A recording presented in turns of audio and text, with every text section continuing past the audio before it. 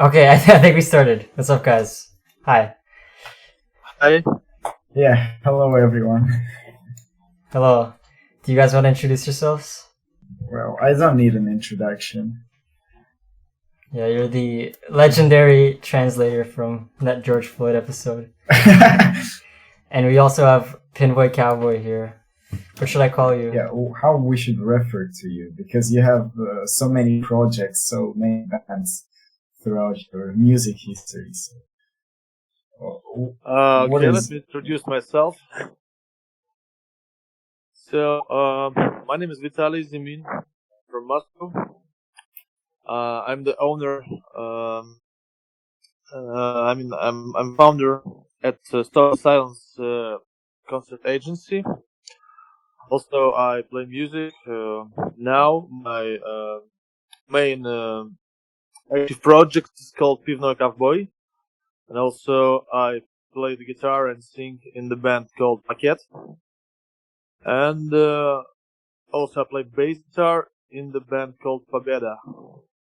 And also we have a new electronic project. It's a duo with my friend Pasha of Музыка для грузовых лифтов. We have a new project. We play some funny, weird stuff. Electronic bullshit. Oh, nice. You're from Russia, right? Yeah, I live in Moscow.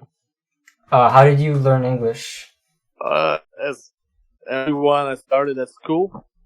Then I had some lessons with my aunt.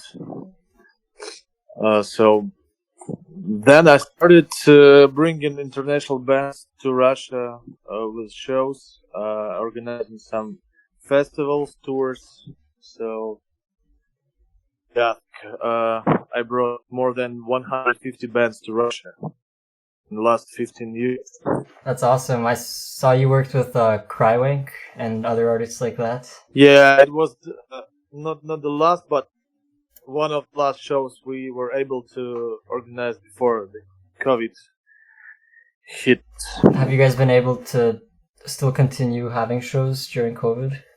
Yeah, we were still organizing shows, but mostly for local bands because the borders were closed, and now we still rescheduling these shows to the next year. So some of those shows supposed to happen this year, but we're moved again to the next year. So hopefully we'll see all the bands this year. We have maybe 6 or 7 shows now scheduled for 2022. Yeah, the local bands are still performing live, and there is a show next Monday where that is performing live. So Next Monday? No, I think we play on Sunday. or Sunday. Oh yeah, even better. I'm just out of dates, you know.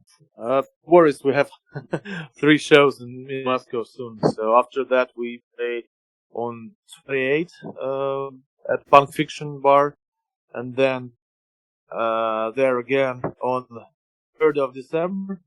It's gonna be a big party, and then we go to St. Petersburg to play there on 12th of December, and hopefully we will play the last show of the year in Moscow on 16th, but it's still not confirmed, but I hope to confirm tomorrow. Is your passion pretty much music and like bringing music people together and having all these projects? I organized just 2 of those shows, Oh. so it's my time to just relax and play, because Mhm. I think like 10 years ago, I was promoting all the shows, almost all the shows where I played. So it's not so comfortable to do everything, also to play the same evening. Yeah, for sure. How long have you been making music? Oh, I think maybe 25 years, 23 years. 23 years, wow. So you've always been like interested in music. Is that like your job as well? But it was before COVID. I've seen that you were performing live on a Manhattan skyscraper. Actually, I supposed to play some live songs as well, but there was no way to connect the microphone, so I just did a DJ set, 3 hours long. It was super cool. Yeah, and is it your first experience? I just met one guy who is a friend of our friends, our Russian friends who live in New York. He's like, I'm able to organize a party at the rooftop. And I said, of course, yes, let's do it. So it was just it randomly came to me, and of course I agreed. Was it your first show outside of Russia, or you had other experiences? I had a lot of experience, but it's different of my bands.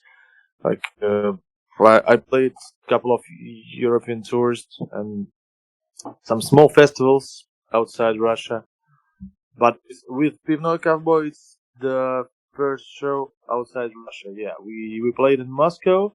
I played solo shows in Moscow, and we played as a band. And we played in St. Petersburg.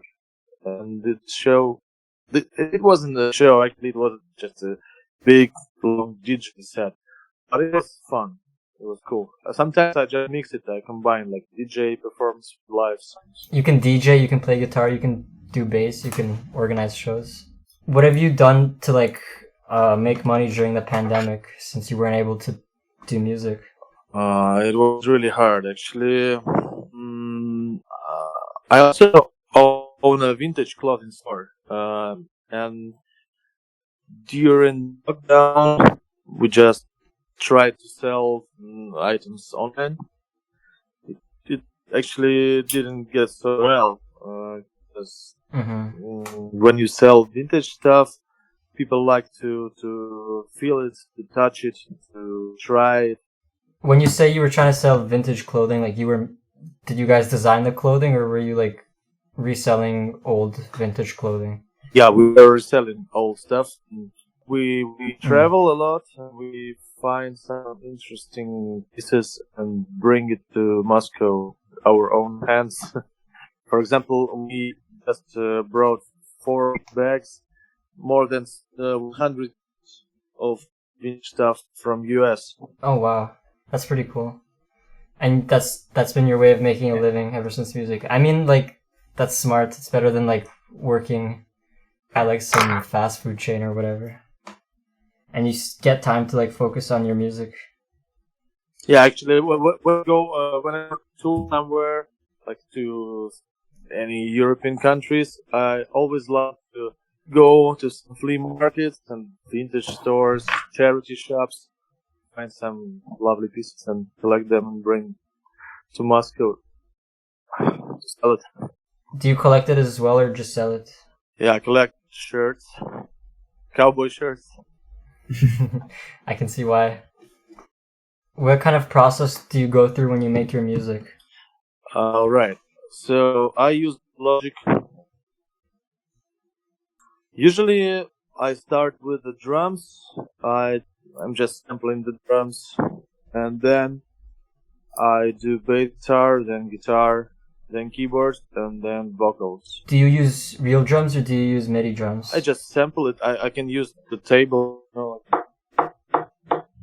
or I can just cut some drums out of the record and change the pitch and some effects on it. I always cut it and mix it. So now I have a live drummer in my band. But for my last single, I recorded drums myself at the studio. Everything live.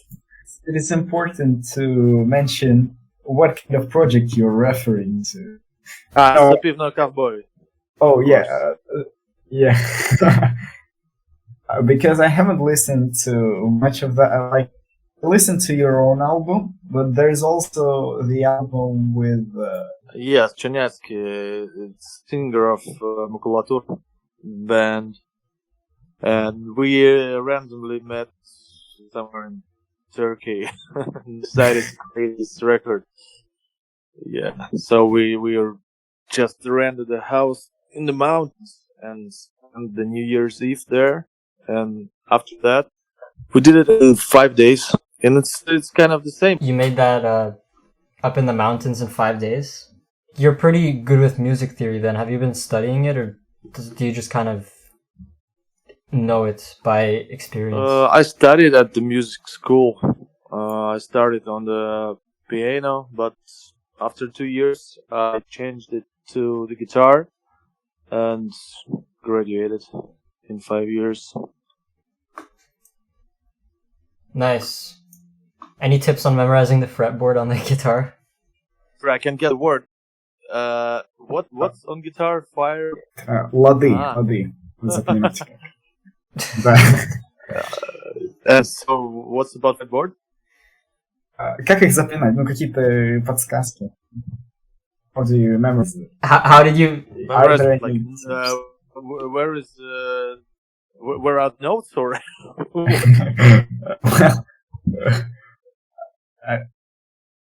I mean, If you know how to play the guitar, you just know it. Don't get the question. Okay, thanks. yeah, the question about the concert agency, like, how did you decide? Is there any backstory to how you decided to organize it? Like, Of course, I started in 2001, and it was a poor time for shows in Russia, and all the shows we booked were so fucked up. Like, for example, you play, like, I don't know, punk rock, and the promoter takes your band to the show where you play with old metalheads together with the jazz man and the cover band, and like 10 bands in one evening. So you should buy some tickets for your own show and sell it to your fans or friends to perform. Like, promoter said, if you buy 10 tickets, you can play. If you buy 20 tickets, you can have a guest list, +1, musician +1. And if 20 more people buy a ticket on doors, and they mention your band on doors, then you get a profit. So it was crazy system.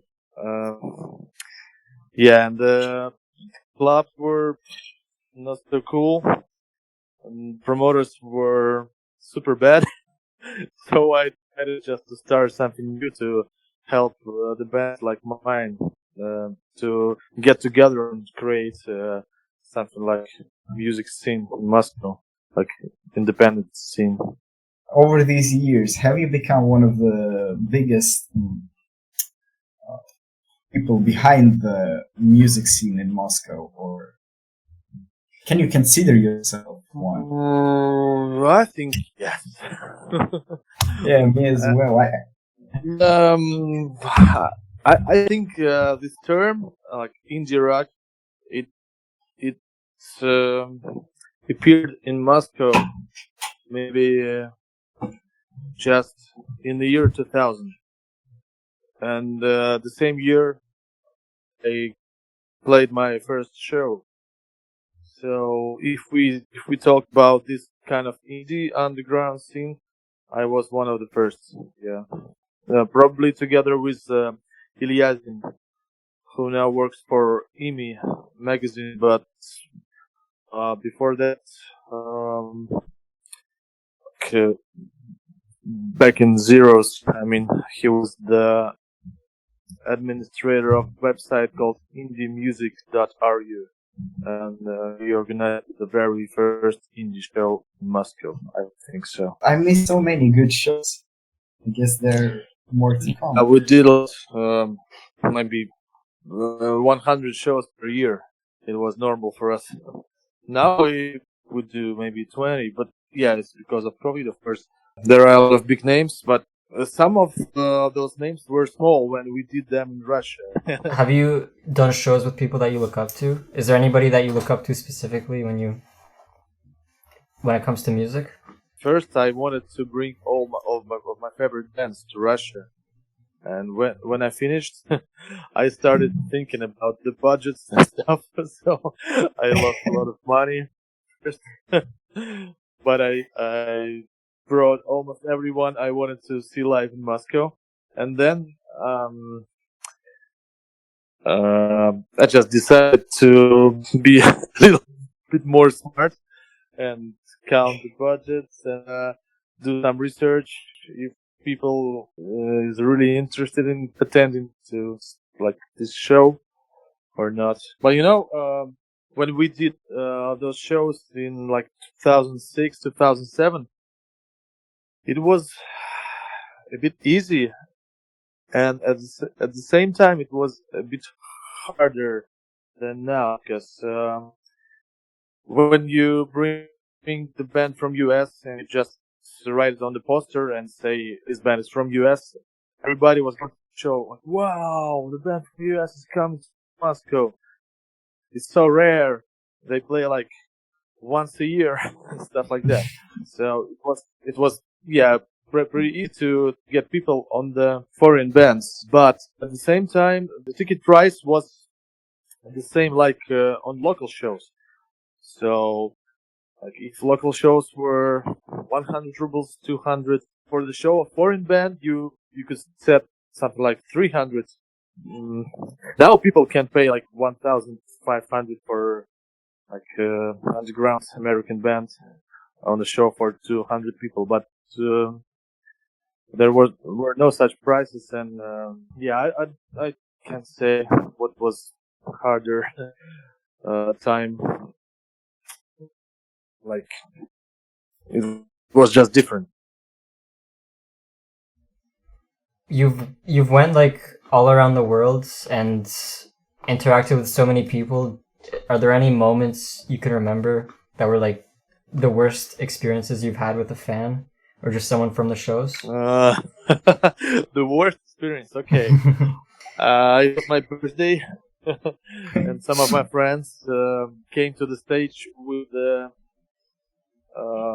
like a birthday party with the candles, burning candles on it, and some crazy, stupid, drunken guy that I didn't know put this pie in my face with the burning candles.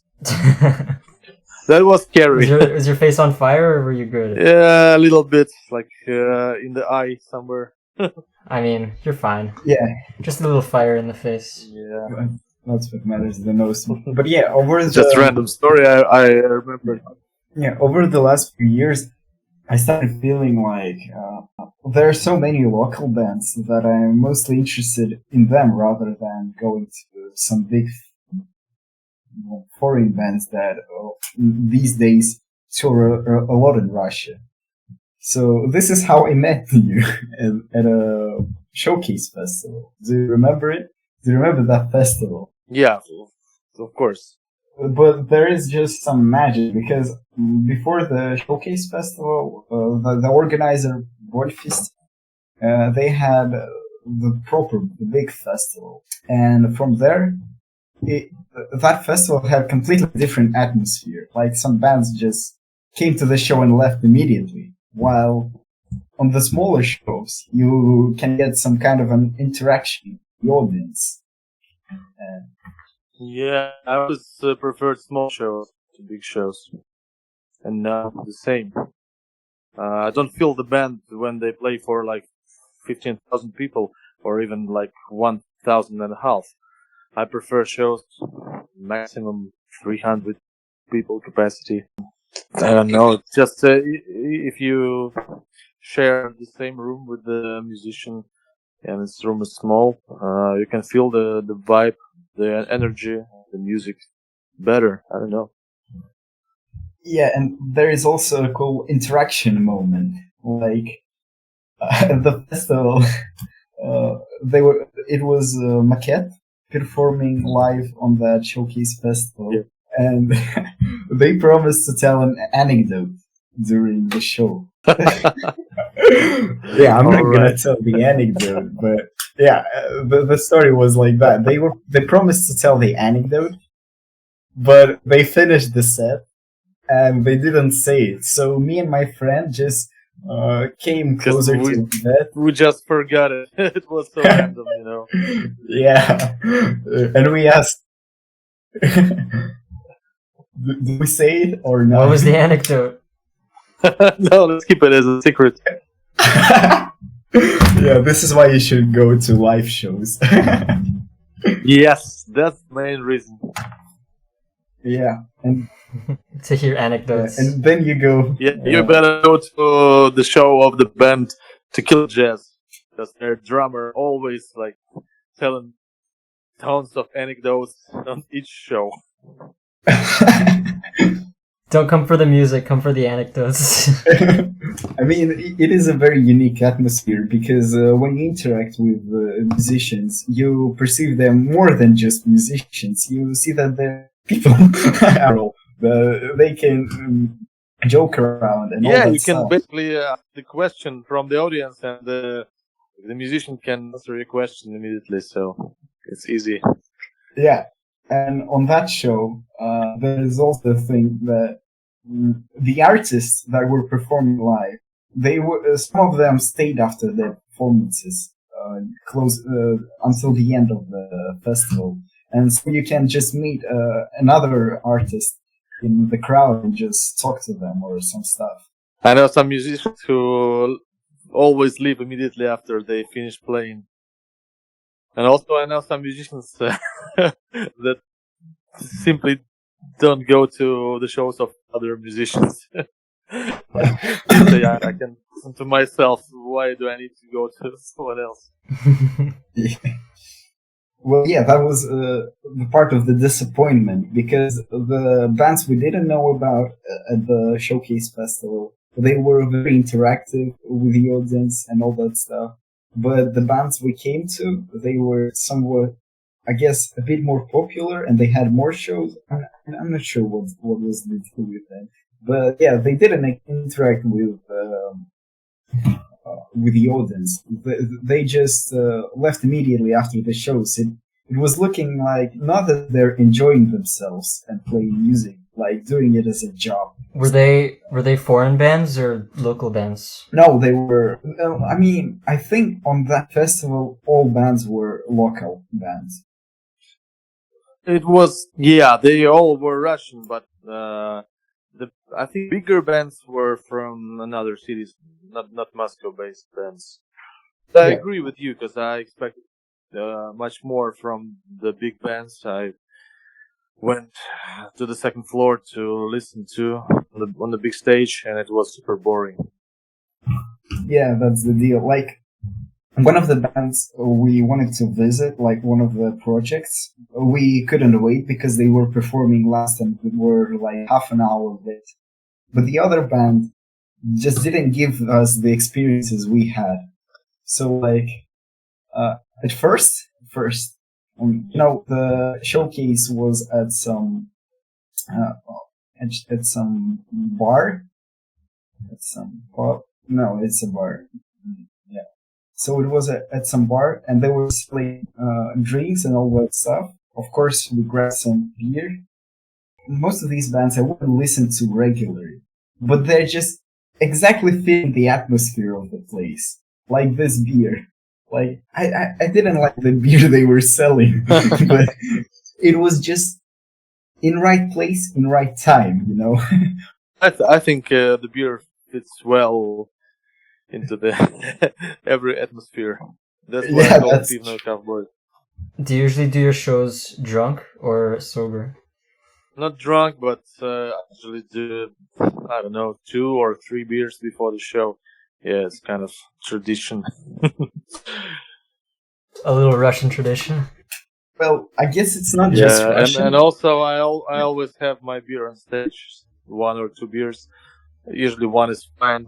I just grab 1 beer to play the show and drink it on stage. I don't know. I feel good. I'll do it. When I was reading some interviews, some of the band I listened to, like I found out that Ice Age was performing live, but I'm not sure if they performed live only with Stop the Silence or they had other shows. But there was an interview with Ice Age, and I found out from that interview one funny detail. Like they always take a shot of vodka before performing live. So I guess a lot of bands. That's pretty nice tradition. Actually, I do the same sometimes. Not so often, but on tour we did it maybe twice. When we toured with Nikita, I think we did it maybe twice. We played 8 shows, so 25% of the show, which is insane.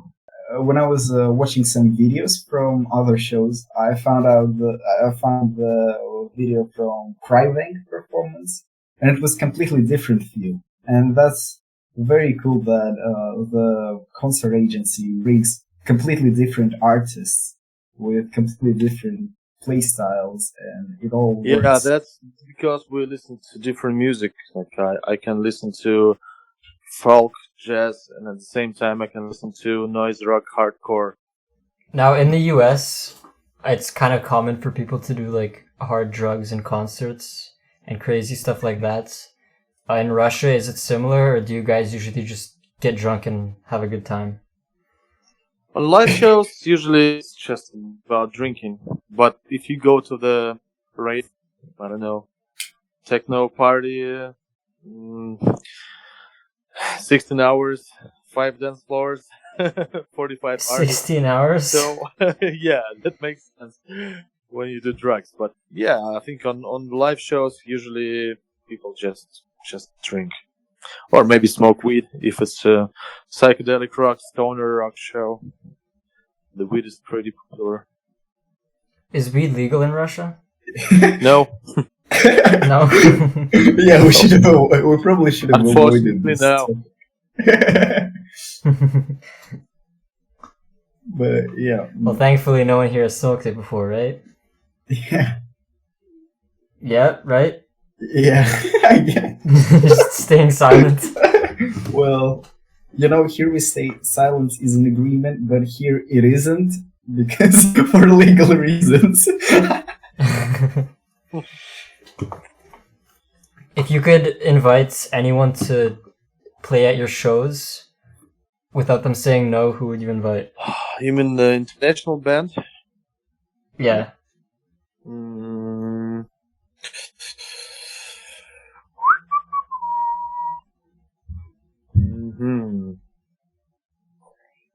It's a good question.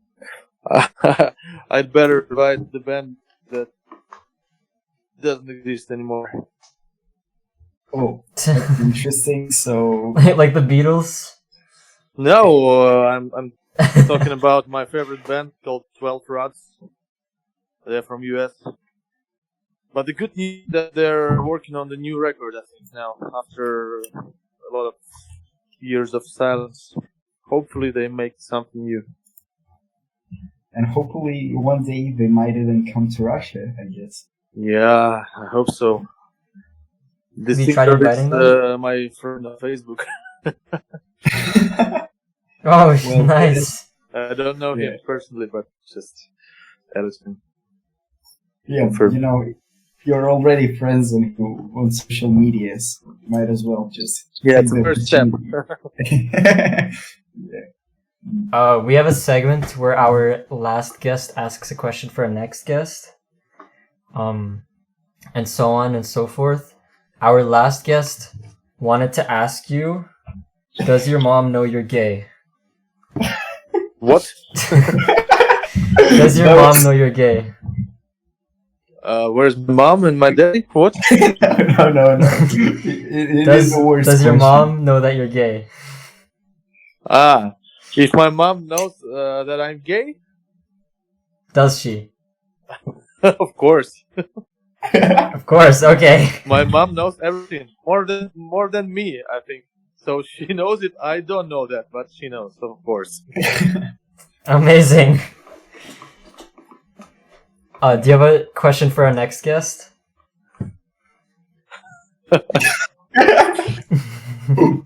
Okay. What he prefers better, cats or tomatoes? Cats or tomatoes? Yep. Awesome. Cats or tomatoes? And which one tastes better too? Well, here we have a running joke in Russia that was always common. We have a lot of shawarma shops here. They're extremely common. And some of them are very shady, I guess. So we have a running joke that they're using cats for their food. The joke has even more context now. I knew that, of course. Actually, I didn't mean like food. It's just Yeah, maybe I know. I just had to good-looking say tomatoes, good-looking cats.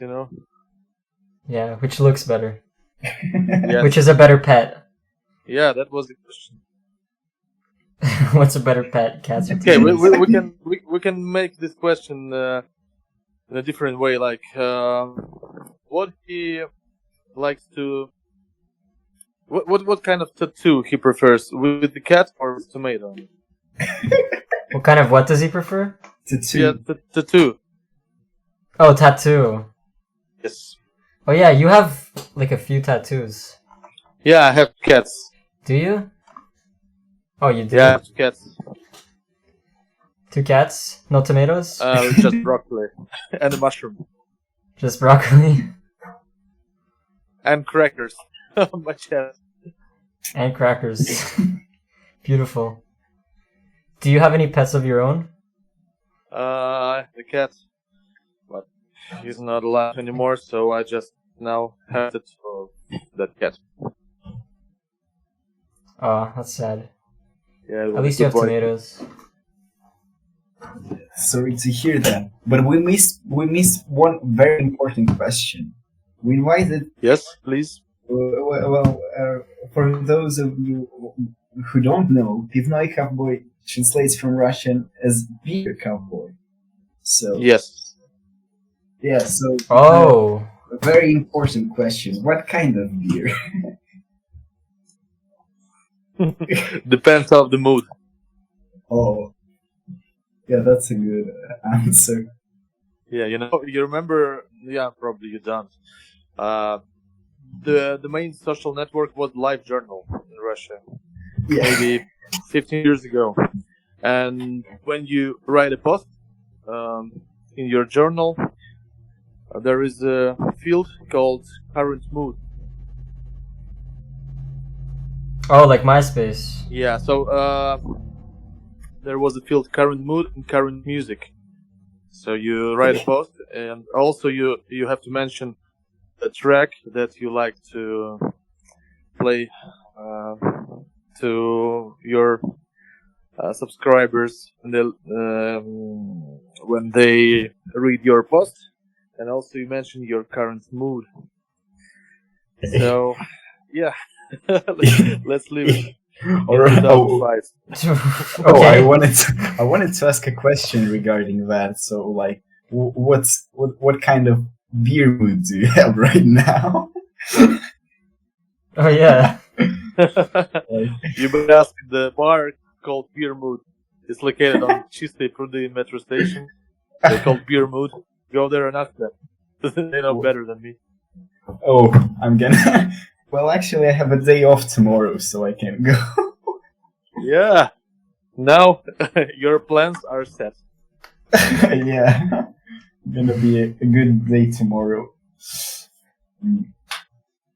Yeah. By the way, we're going to the studio tomorrow to record some new stuff for Match. Oh, is it gonna be performed on the next show, or is it gonna be? Yeah, actually, those 2 songs are the singles. They're not on the record, but they are released as the kind of pandemic singles. I mean, like recorded at home. But tomorrow we record it again at the studio with live drums and stuff. So it's gonna be cool. Are there any songs that you made that you can't play live? Maybe there's just one. It's a cover song. Actually, it's the song by the band Blur. This is called She's So High. We made a translation with our guitarist and recorded cover called Есть Всё в Кайф. Almost the same. Yeah. I mean, like, the lyrics are really close, but adapted for the Russian audience. So you can hear this track on our Bandcamp, but we didn't put it on streaming services because of the copyright. It's not our song. Okay, so you have like the talent and the ability to play everything live. You just can't do that one for legal reasons. Which didn't want to play it live. It was just random stuff we recorded during this lockdown, the first lockdown this year.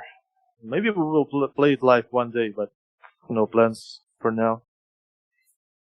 Yeah, and there is a very interesting thing that at the Showcase Festival, you were singing the single that wasn't released back then, and I didn't know that.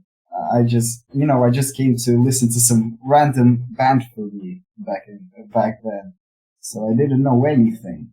And then I was just looking randomly through the Spotify page, and I was listening to a new song, and I realized that I've heard it somewhere.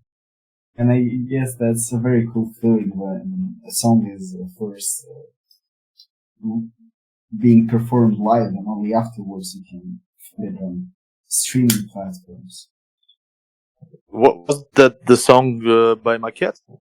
Yeah. Чель человека завтрашнего дня. Yeah. It was unreleased, and yeah, exactly. Yeah, I remember. It's gonna be the first single of the first single from the next record we want to release next year. We're writing new songs now and recording it one by one. So maybe this year we will finish 4 or 5 tracks and continue next year. So fingers crossed we could release it before summer. So pain in the ass, you know. With the right beer, you can achieve any goals. Like, I remember I randomly... You can move the mountains, yeah, sure. Yeah, I remember that a few weeks ago, my friend just randomly called me from the other side of Moscow. Like, I live way down in the north, and he was southeast. He was even outside of Moscow, and he just called me. He was my university. He's my university classmate. So he called me and said, "We need to do our group work." We had a very strange situation in the group. We had 5 people, and like nobody was responding about working on the job, working on the stuff we had to. So we had to do. So 2 of us had to do the work for the 5 people. So of course I came to a very shady region of Moscow, near Moscow to be precise. And the beer helped us. It really did. And yeah, you can achieve any goals. Yeah, you know, I have the similar story about my friend who stayed with me at the university. First year, he always drank 2 bottles of Baltica 9 before each examination. Well, yeah. He told me like I couldn't do it well without these 2 cans of Baltica number 9. Baltica number 9 is the heaviest one, just to know. It's really strong that blows your mind. Yeah, the legendary Baltica Девятка. I mean, if it works, it works. Yeah, there is a movie on a similar topic. Like how it's called. I'm not sure how it's called in English. I've seen different translations. It's either called Drunk or Another Round. In Russian, it is called Еще по одной. Have you watched it? I think I heard of it, but I don't remember. Yeah. It's you mean the movie? Yeah, the movie. Yeah. With this guy Mikkelsen. That was his last Yeah, name. yeah, with him. Yes, So yes. yeah, to be honest, the theory kind of works if you don't overdo it, of course. Yeah. One of my friends, a girl who, by the way, studied the same university, once she said, like, I wish to be drunk all the time because I do everything much better when I'm drunk. Well, yeah, our current maths teacher, she had just graduated from the university but decided to keep working there. She's known for being, I don't know, for having very high alcohol tolerance. So the other people I met who were in parties with her, they were saying that everyone, like imagine a normal party, like everyone is already drunk and they're passing out. And this is the time she takes off her laptop and starts working on some other math stuff. This is the kind of productivity beer gives you. Yeah, I know some people like her, and also I know some people who just do one bottle of beer and fall down to the ground. We all different. Yeah, just Do you have any future plans that you want to do in the future? Like future projects, future plans? Do you plan on getting married? Like anything big that you think you're gonna do? Ever? No, I'm not getting married. No plans now, I think, but who knows? Maybe next year. Everything changes in my mind. I have no idea. But actually, I want to open my own venue. That's a dream, and I think I just did the first step, like last month or maybe in August. We started finding a place to open the venue together with some guys who worked at another venue in Moscow, but it was closed 2 years ago. So now we want to cooperate and create something new. So if we open it, I'll be the art manager of that venue. Venue like where people organize events and stuff like that? Yeah, I mean like music club. A music club. That's nice. Bar with the stage, with a capacity of maybe 400 people, something like that. So right now you guys just kind of rent out places? Yeah, we play different venues. Sometimes rent, sometimes just come and play. Sometimes venues offer us to play. I don't know. Usually it's just a promoter calls you, but sometimes there are still some venues who just call the bands to play there. I mean, without any promoter. Some bars with a free entrance, they offer me to play as a DJ. Usually it's just friends, bars, like that. That's awesome.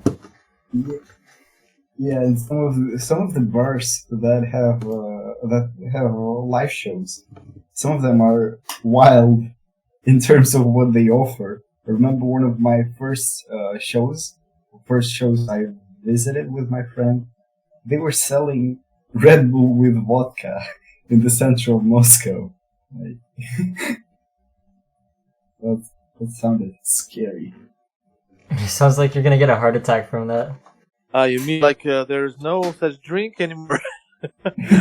I remember it was super common to sell it, like it was everywhere. And it was promoting hard from the Red Bull side, like table tents and stuff like that. They always offered to order a couple of times, but I stopped drinking energy drinks maybe 6 years ago.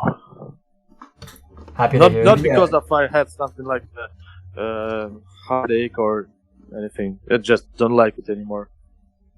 But yeah, I mean, like, not just energy drink, but like mixing it with heavy alcohol and nothing else. Yeah, no, it was a pretty popular cocktail, Red Bull plus vodka. Yeah, that's scary because I haven't heard anything about that before visiting the show. It was more than official. It was just like everywhere. Every bar had Red Bull plus vodka cocktail.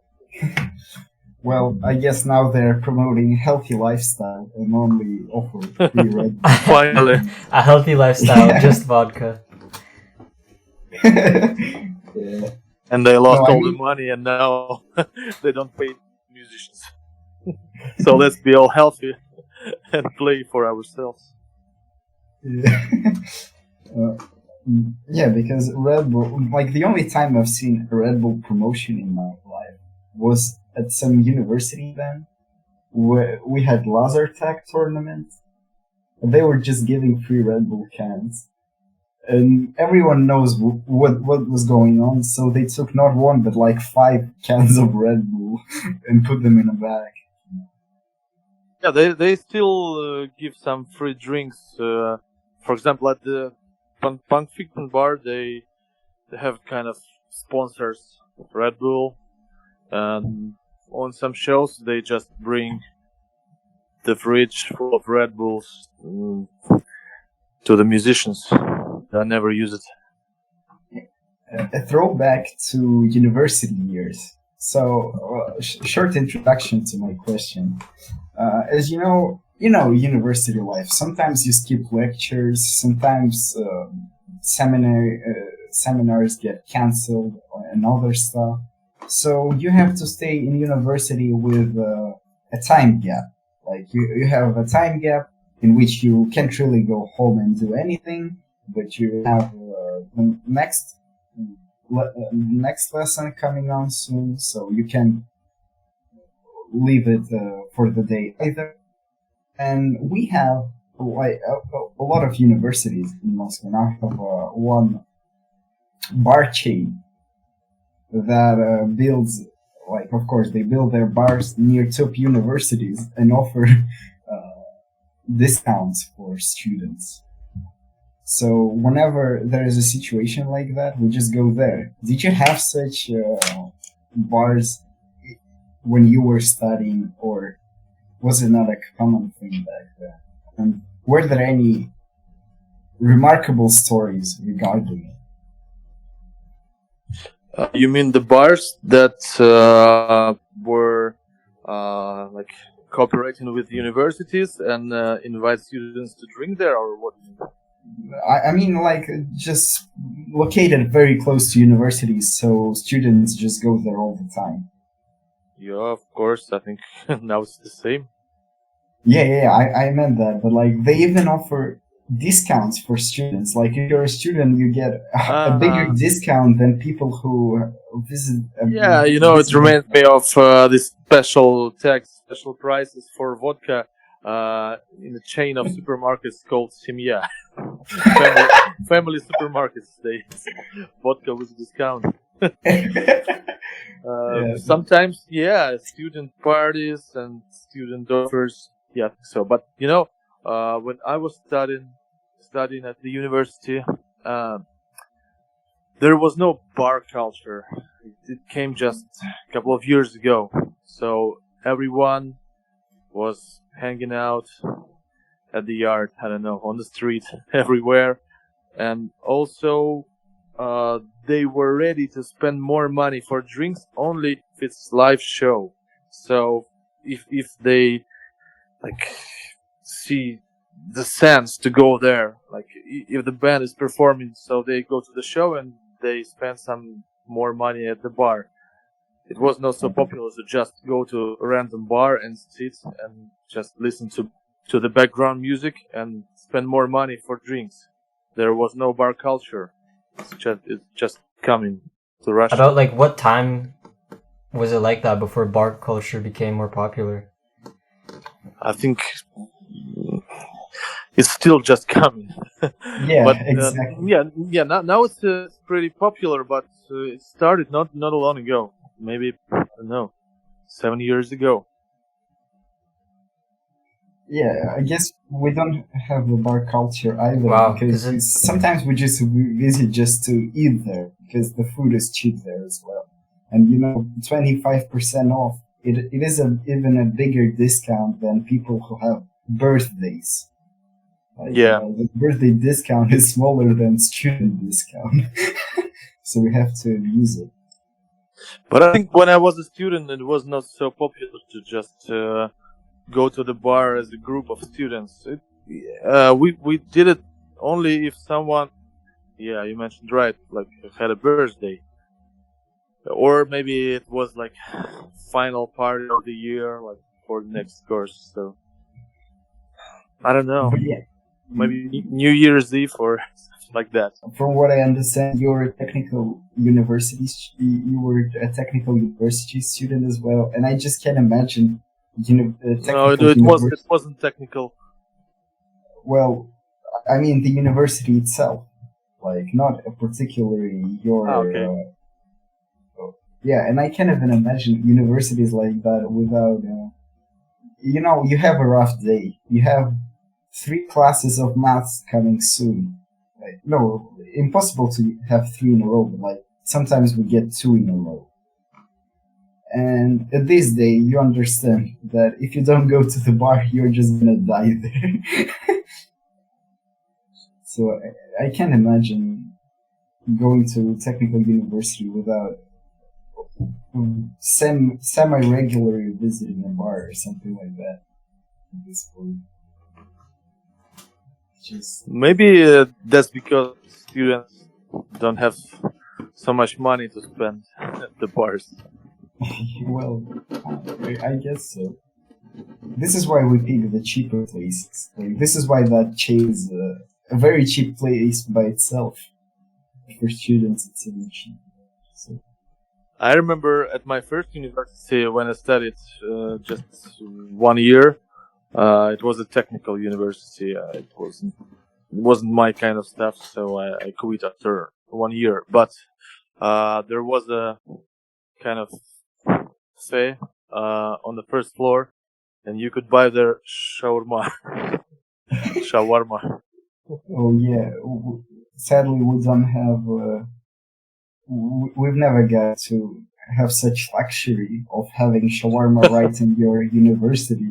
But we have a lot Yeah, of. I mean, like it wasn't packed. It wasn't pre-cooked. It was the real shawarma with a real shawarma man with a knife making this shawarma inside the university. Yeah, that sounds cool. I wish we had something like that because we have like almost on every floor we have some kind of cafe or something like that, but they all are not interested. If we get shawarma, that would be just game changer for us. Also, I remember the times when you could buy draft beer in the metro, Well, like on the connection when you changed the line in the metro. There was a chain of Metro Express. They called Metro Express, and they cooked burritos. And also, you could buy their draft beer. well, It was maybe 20 years ago, I think. I can only remember like when I was in high school. I was already old enough to drink energy drinks and all that stuff, but there was that feel of guilt, like when you're buying something and um, the market woman who's selling you the stuff looks at you and judges you and says, "Oh, you're so young and already ruining your health and all that stuff." So I always bought energy drinks at metro stations. Like they always have these vending machines for the energy drinks, and those what I used. Yeah, I think now you have to be like 18 years old to buy energy drinks or. Yeah. No, no, no. Like when you're like 17, like No, when I you mean like can. now to buy energy drink you have to be 18. I'm not sure. I think this law applies only in the Moscow. regions near Moscow, like not No, inside of no, it's in Moscow. Moscow. It's the same. Oh, they probably changed it after I turned 18. Wait, you have to be They- 18 to buy Really? energy drinks in Moscow? Well, these days I guess so. But I remember like last year, last autumn, last fall, when we had a university trip, I was very tired, so I wanted to buy Red Bull. It was in, it was in Sergiev Posad, a small city near Moscow, and I didn't know about the law, and I was just like I was a month away from turning 18. So there was my shock when the cashier didn't just sell it to me because they had a law and they had regular checkups and all that stuff. That's so weird. Here it's normal for kids to be drinking like energy drinks when they're 12 even. I know someone that's been drinking it since they were 8 years old, and it really messed them up. Well, yeah, I heard about the law that we are gonna get that law to restrict the energy drinks in Moscow, but I wasn't sure when it was going to become official. Like there were tons of talks about it, but nothing, no dates of when it was going to be put in charge. So, Honestly, All I right. don't really see a problem with that.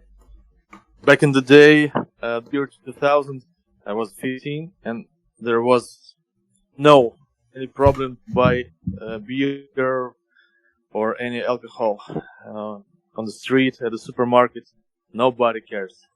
We we visited a lot of shows, and we always drank beer near the venue. We were 15, 16, and I don't remember any case that someone asked our passport. oh, but yeah, I mean, like with the situations I'm referring to, it's not even about it being restricted, but rather catchers looking at you and judging you for ruining your health at such a young age or something like that. All right, I have another story. Yeah. My father asked me to go to the supermarket and buy a bottle of vodka, and I was like, I don't know, 12 maybe. I said, but I'm 12. How can I do it? And he said, like, okay, when the guy says something to you, you just answer, it's for my father, and that's enough. I went to the supermarket, and there was like a big guy with a big mustache. He was holding this bottle of vodka and looking at me like, what? You want to buy this? And I was like, it's for my father. He said, all right, all right. Oh, that's awesome. It worked. Well, I thought it was a very common excuse for kids to buy stuff, but yeah, somehow it worked. Maybe you were sincere enough to pull it up.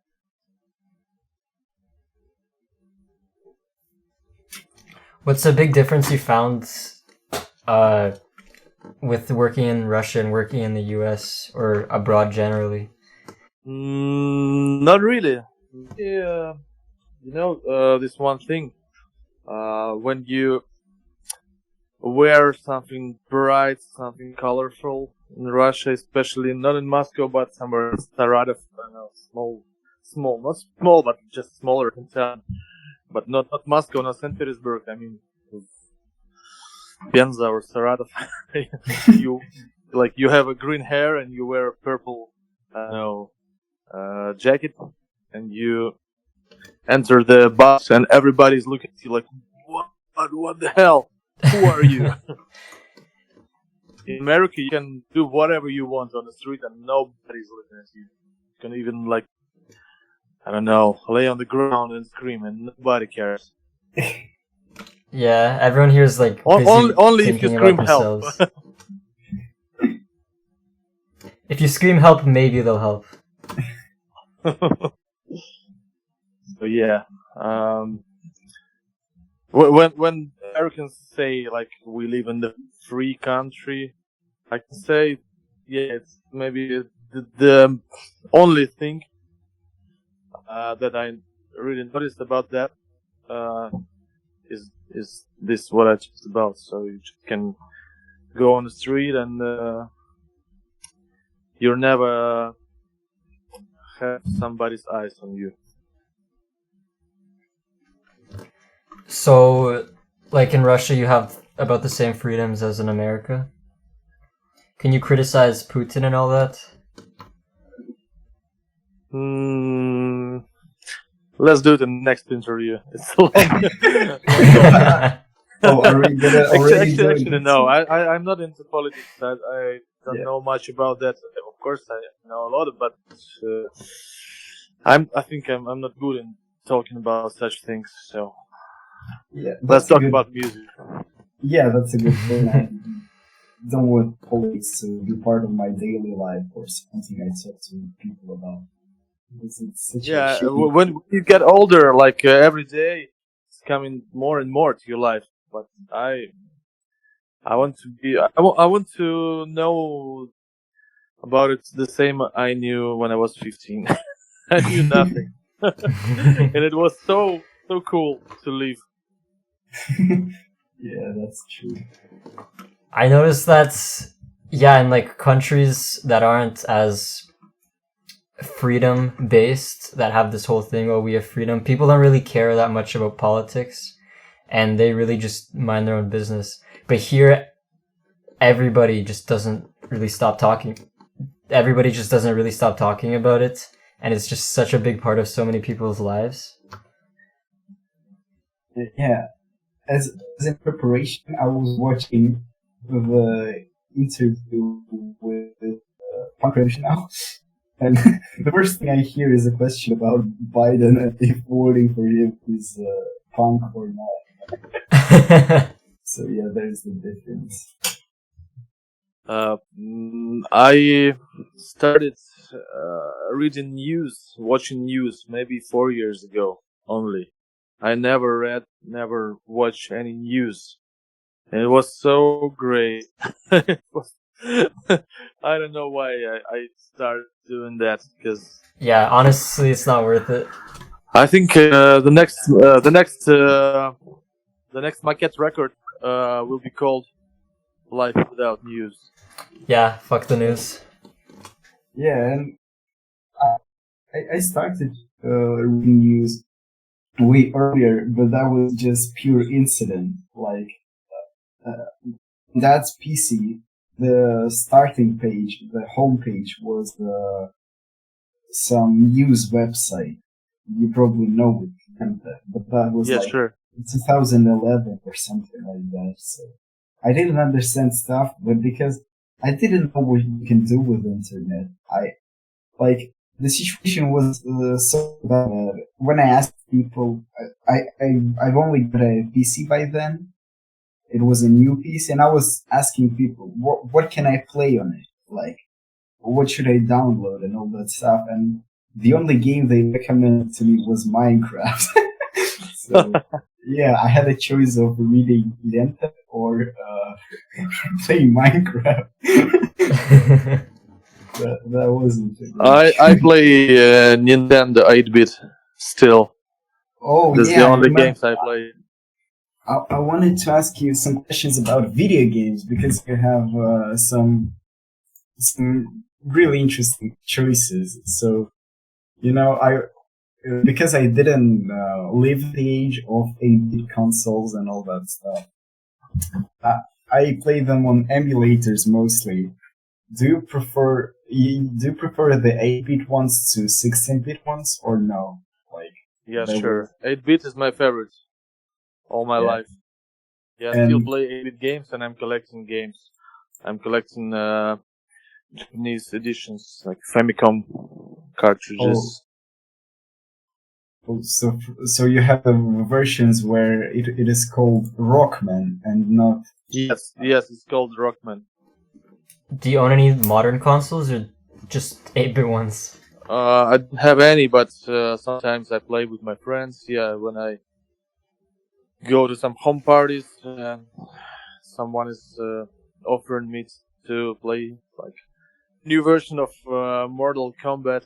Of course I do. I play, but I don't feel the same. To load the game, you have to the tape inside the tape player and press play, and there is a microphone in the console, and after 3 or 4 minutes of strange noise coming from the speaker of the tape recorder player, the game appears on your TV. It was pure magic. Like, what? I couldn't imagine how it worked. And even now, I don't understand this system. But it was pure magic for a kid. Yeah, yeah. Mortal Kombat at home parties is another thing. I remember when I was in like fifth grade or something like that, I decided to invite almost like half of the class, half of my school class. Like there were 15 people in my in my in my flat, so there were just tons of people. And one of the things I was really preparing for was to be with everyone in Mortal Kombat. But because some of the people didn't even have consoles, and I started one character, prepared, learned all combinations, and beat everyone, nobody wanted to play with me. Yeah, you're like my cousin. He's the same. Yeah, You try but to after... play against him, and he knows all the combinations. No. It was only for that party. I learned everything and all that stuff. I don't think I even played Mortal Kombat after it. Okay. Yeah, so I just put it for one. But everyone from that party still thinks you're the Mortal Kombat fan. No, they just don't want to play with me. But maybe they call you nerd when you're not around. Yeah, I'm not sure. I switched schools in 7th grade, so I didn't get to communicate with them anymore. So, Yeah, there's no reasons. yeah. This question is a bit more related to the last conversation we had, but I'm just really curious. Here, a lot of people don't really trust the news. Is it the same way in Russia, or do you... Well, I mean, here we have, like, if you don't trust the pro-government news, you have the anti-government news, so you can just pick a side depending on what you I like. think every day is getting harder and harder to trust anyone. It's so fucked up. Like, you trust the person, and after like 6 months, you find out that he's like a pro-government person as well, and he gets paid for all the things he said 6 months ago, and you're like, what the fuck? I trusted him, and after like every story like that, you just trust less and less. Yeah, but I mean, I want to end the thought with a very interesting gaming metaphor. So, if you look at this rivalry between pro-government and anti-government news, it starts to look more like, Halo multiplayer where there's red team and blue team and they're constantly fighting. Yeah. How are you guys dealing with COVID?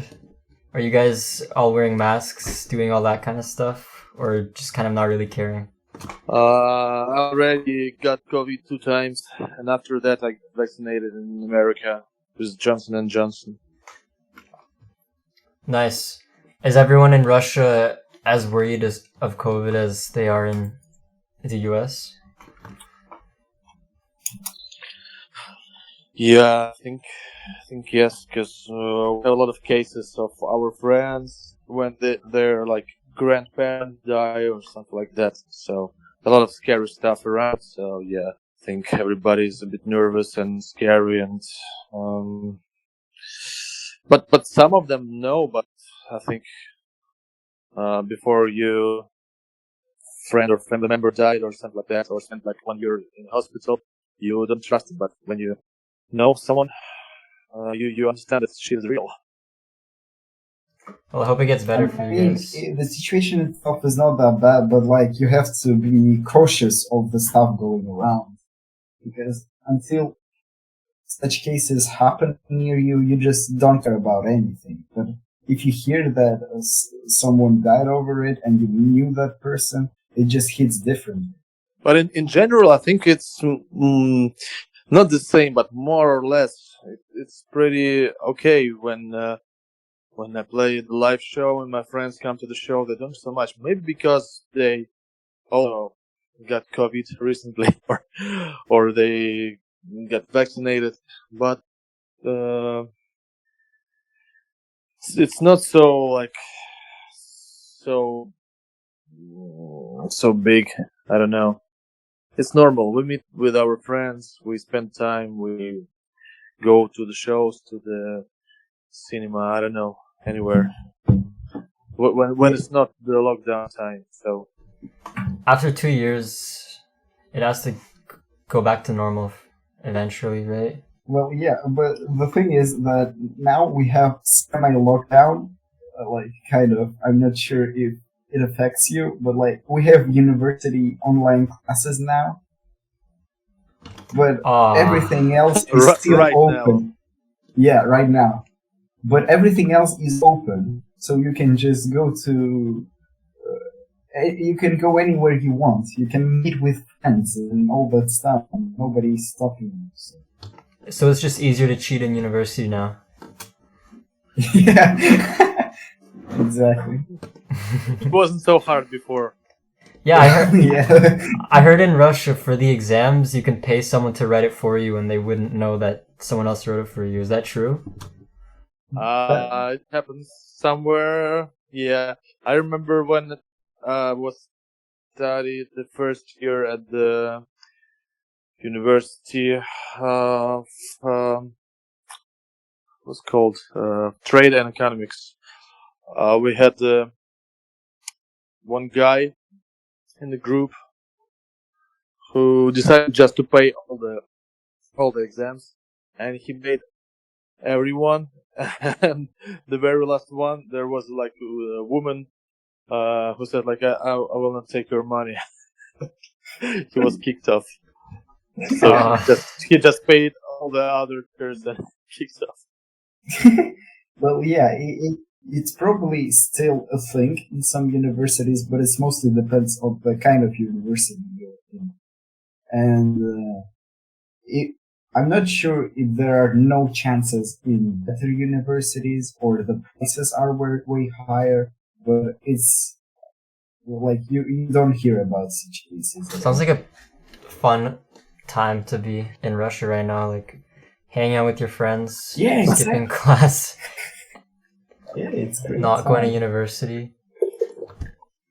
But imagine, is university as expensive there as it is in the US? Because I would hate it if I spent like $40,000 and had to do it I don't online. know. I didn't pay anything. I was on a budget line. Yeah, like so. most of the students here are budget students. Like if you pass exams well enough, you pay for university.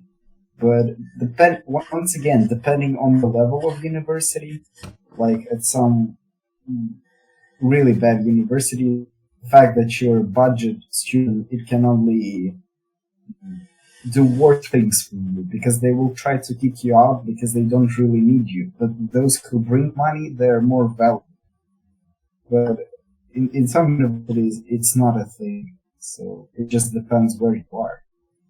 Okay, so it's not as bad as universities shutting down in the US, because here, like a bunch of people spend so much money on their education, and then it's just online where they can just get their education from like a YouTube video anyways, and they miss out on the whole experience. I mean, university, from my experience, it's not even exactly for education.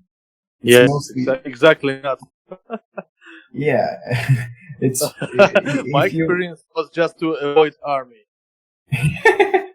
Yeah, that's good as well. But yeah, mostly universities are needed just to build up connections to people and all that stuff. So if you're interested in continuing working on the subjects you liked in your university, you just meet the right people, get yourself work after you finish university, and live like that. So it's not even a thing of getting knowledge. I got That's- none of this. Just avoiding army. You get mandatory army conscription if you don't go to university. Yeah, Yeah. everyone has mandatory army conscription, unless you have health problems. So you either have to go to university or spend 1 year in army. Even though army these days isn't as bad, I just can't imagine myself spending in army more than a month or 3 months. You know, I it's think just, also 20 years ago, the Russian army was much more fucked up than now. yeah, exactly. But yeah, It was even like a prison. but even now, you know, like we had school trip in army. Like we spent a week in an active army. I don't have a word. I forgot the word even in Russian. Sbora. Yes, border. We were in some army base and we spent there a week. So you get to see Like how training. like training camp or something like that. But you get to experience the army life almost properly. Training camp. Yeah. Yeah, so you get to experience everything, and after that you decide if it's bad enough or not. And for me, like it is a very difficult thing because even though the situation isn't as bad, there's still some people you better avoid in army. It is still completely different society. Like you just get put in a vacuum place with other people like you, and after that you have to just come back to normal life after spending 1 year there, and it's just difficult. I wanted to say that you can meet in the army. You can like on Sbora, on this training camp. You can meet some person like in Saratov who ask you like why your hair is green or pink. But then I remember that you just really don't have hair when you in the army. But on training camps you don't have to shave and all that stuff. But it actually almost happened during our training camp. So we were marching and doing all that stuff, and we had the active army members near us, and I'm not gonna say any names, but like there is one particular ethnicity that is very aggressive in that army base. I'm not sure if it's a situation like that in others and all that stuff. But yeah, you have to be like, you have to think about what you say near them, you know? So you gotta think about what you one of- say beside those ethnicities. Alright, I got it. Yeah, because, you know, with other people, if you say something stupid, you can just play it out as a joke or something like that. Yeah, and one of our guys nearly got beaten up by one of those guys. Like, we had to bring in our training guy who was leading us that week to save the situation. So yeah, it's a completely different society with its rules, which you have to obey. It's kind of like prison, I guess. Yeah, you're making it sound a lot like prison. Yeah, but it's not that bad. But yeah, it just... Russia is a prison, but it's not that bad.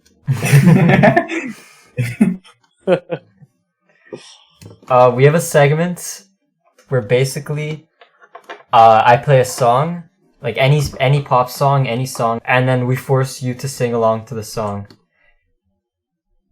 Are there any pop songs in Russia that you're particularly fond of? Давай. Полем, свежий ветер пролетел. Полем, свежий ветер, давно его... Wait. Полем, свежий ветер пролетал. Полем, свежий ветер, я давно о нем мечтал. Подожди. My girlfriend entered the kitchen and asked, what the hell are you talking about?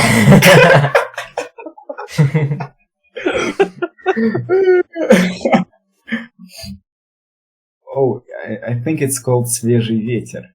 Yes, probably yes. Yeah, "Свежий ветер." Nikita, you mind sending the song to me? I will send the name first because I'm not sure if I can find. Do you want to make a cover? Yeah. If you inspected the page of the podcast, they have a second channel with all the covers from other visitors, the other guests. So you'll cut my voice and put it on the music, or what? Yeah. Yeah, pretty much. Are you fine with that? It'll be another one of your side projects. It's actually similar to my fourth project called Уважаемый. It's the same stupid, I think. I'm not telling that your project is stupid. This song is pretty stupid. The lyrics are weird. It's gonna be amazing. Is it a guitar song? I'm not sure. I've never heard it before. What is this? Oh, it's gonna be great. I found the instrumental of this song if you want to. Yeah. Yeah, and the funniest thing about the instrumental, it has anime thumbnail. It's gonna be trendy, man. You should upload it to the TikTok. Oh my god. Yeah, just look. I'm not joking. It has anime thumbnail. I'm not sure why. Who even decided that?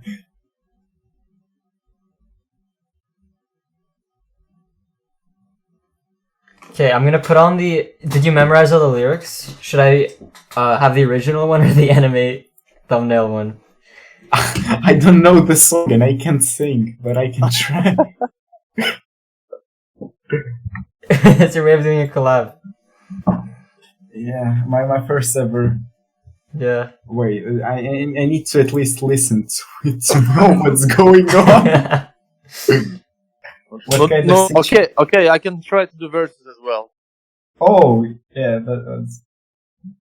Yeah, but who's singing? So who's singing which parts? Is that gonna sing the entire song, or...? I can sing everything if you want. That would be awesome. Oh, yeah, let's do that. Let's do that, yeah. Yeah, so I don't join, right? If you don't want to. As you wish. If you wish. I mean, I can join in the chorus. You can do something like... Yeah, do that. Do some background. Backing let's vocals. go. Alright, ready guys? Yeah. Okay, 3, 2, 1.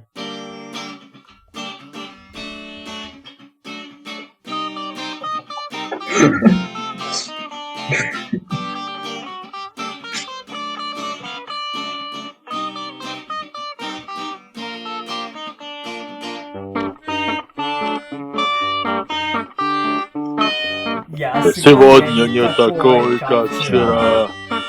Свежий ветер мои крылья поднял, кожу старую скрывая на швах. Новой кожей я все небо обнял. Свежий ветер, он не зря прилетал. Вытряхнул, распахнул мне окно. Я давно о свежем ветре мечтал. Свежий ветер, мы с тобой заодно. Поле, свежий ветер пролетел. В поле свежий ветер, я давно это хотел.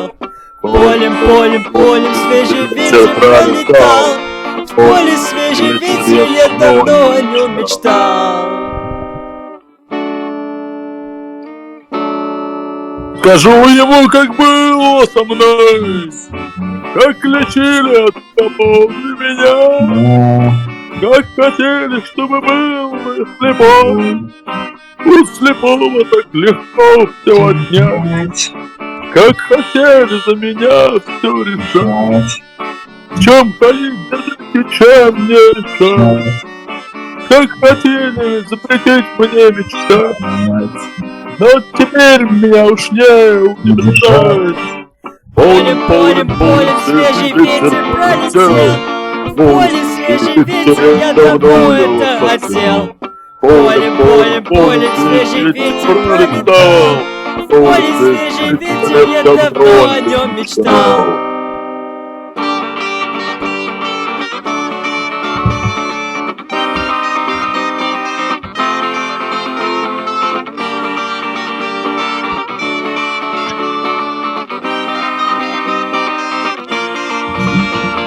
Я сегодня такой, как вчера.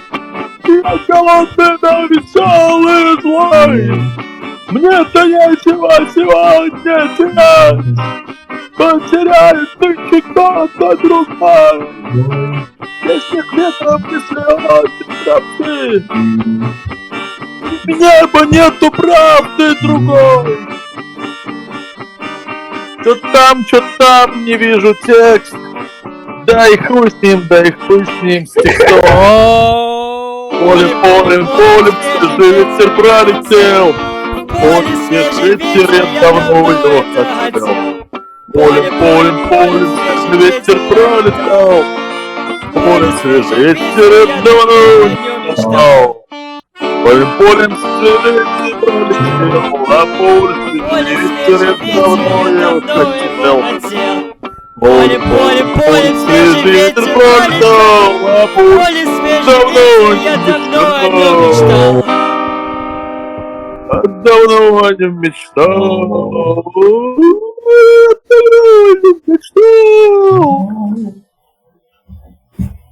Yeah. Amazing. А я максимально хуёво старался спеть. Думаю, That was amazing. cool. I'll make sure to do the best I could with that. Yeah, you banger. Yeah, it'll be your next big TikTok #1 hit. for sure. I will specifically create a TikTok account just to upload videos with this cover. Your girlfriend's gonna love it. They are not gonna know about it, hopefully. Before we end it off, we have one last segment. We're basically we like to ask our guests if they have any confessions or any secrets that they would like to share with the world. Anything that's you want to get off your chest, maybe?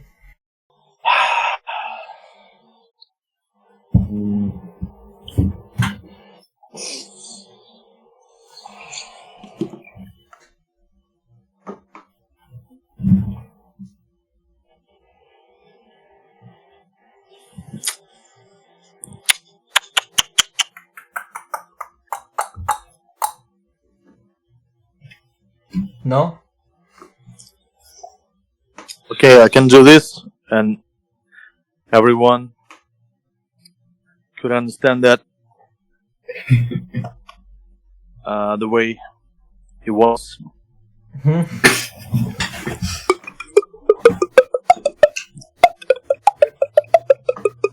That's your all. secrets?